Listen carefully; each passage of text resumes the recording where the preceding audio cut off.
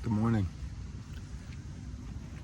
So I was listening to something this morning and he was talking about suffering, and there were so many good pieces in there, and there's other things that I read that I'd taken quotes out of, and so many of these things here, I love the people of God, I do, but they don't go looking for wisdom in other places a lot of the time, and they don't find it, because where some of that wisdom is hidden is maybe in other religious texts, or is in things that they'll call straight heresy. And the reason why they do that is so that you don't learn the truth. The church has hidden a lot from us over the years, as have the mosques, as have the synagogues. It's on all sides. And a great deal of suffering comes from these places. But that's not the suffering that I want to talk on today, because it was such an awesome thing. He's having a spiritual retreat, and it's a long time ago. It was back in like the 70s, and it was a spiritual retreat for social activism. And I thought it was awesome. So I'll talk a little bit about it, and then we'll go over a couple of quotes real quick too. So there's a quote by Aeschylus. It's a poem, and I like it. It's about suffering.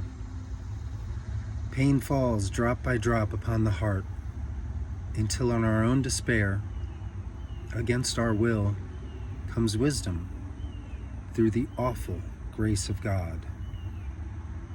Through the awful grace of God. There's suffering and there's grace in suffering. See, the part of us that's separate, that's screaming about the suffering, that part's feeling it. But the part of us that's awakening inside, the part that's the oneness with Christ and the oneness with the all, the oneness with the everything, that part is awakening, and that is working to extract the wisdom. And it is a profoundly intense experience to extract wisdom from suffering, and it is an experience in which suffering brings people closest to the possibility of awakening. Again, because there's so much grace in suffering. When we go through hard suffering here, it tends to push you inside to go to God, to say, why? Because we're in a situation here we don't understand, okay? See, taking something serious doesn't make it go away any faster.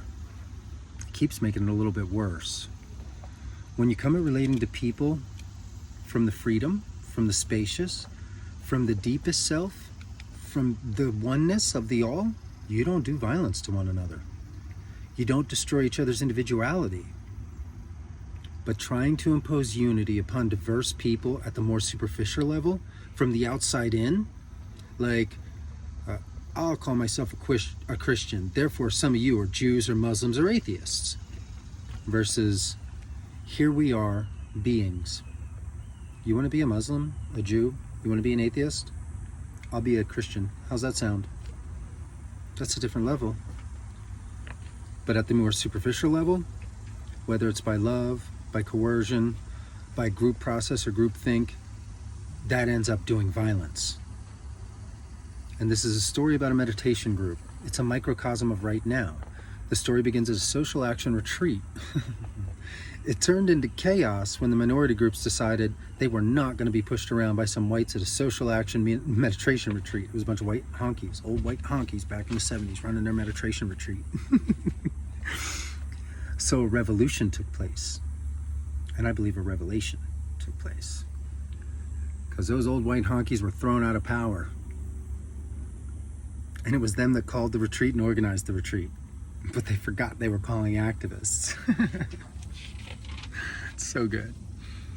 So for a day, there was incredible chaos. It was absolute chaos. No one's talking to anybody else.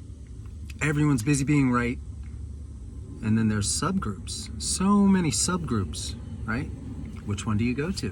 Do you go to the men's group from the East Coast or the West Coast? Do you go to the women's group from the East Coast or the West Coast?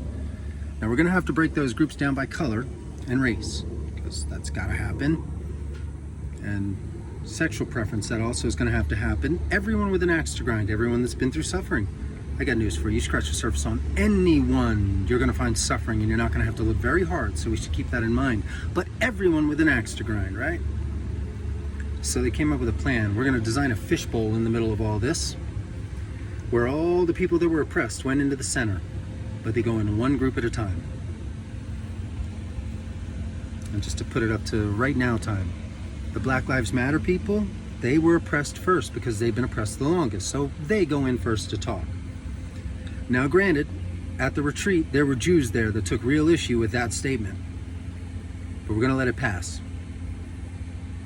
Everyone's been oppressed, right? So they went in first because they were oppressed first, and so when they went in, they'd be oppressed. And they'd talk about the oppression, and we'd all listen and hear them. And then the women went in, and they were all oppressed, and we'd listen and hear them. And then the gays and the lesbians went in because they were all oppressed, and we all listened and we heard them, you know? Then the white men went in, and they were oppressed. Some of them for feeling that they're being charged and held guilty for things that they didn't have anything to do with, and other because they said, I feel guilty for being the oppressor. It's pretty impressive, huh? So now, what was real impressive is we all listened. And after we'd all heard each other, and we'd been through all of that, and we started sharing awareness of our collective oppression, and we had all felt listened to, we could all start to be together in a way that's collaborative, you see? But the day before, when they started the retreat, that was in the chaos, when somebody like me stood up and said, in the mass chaos, in my infinite wisdom, I got up and said, what is this all about? We're all one. And they said, don't give us that bullshit. Because in the middle of the fire, when you're focused on the outside, you don't want to hear about that. Because right now I'm focused on the outside. So let me stay focused on the outside. You keep that for yourself. But you know what? After the fishbowl and the understanding and everyone looking at everyone else's oppression and moving in love, 3 days later, they would all say, you know, we're all one. So how'd they arrive at that?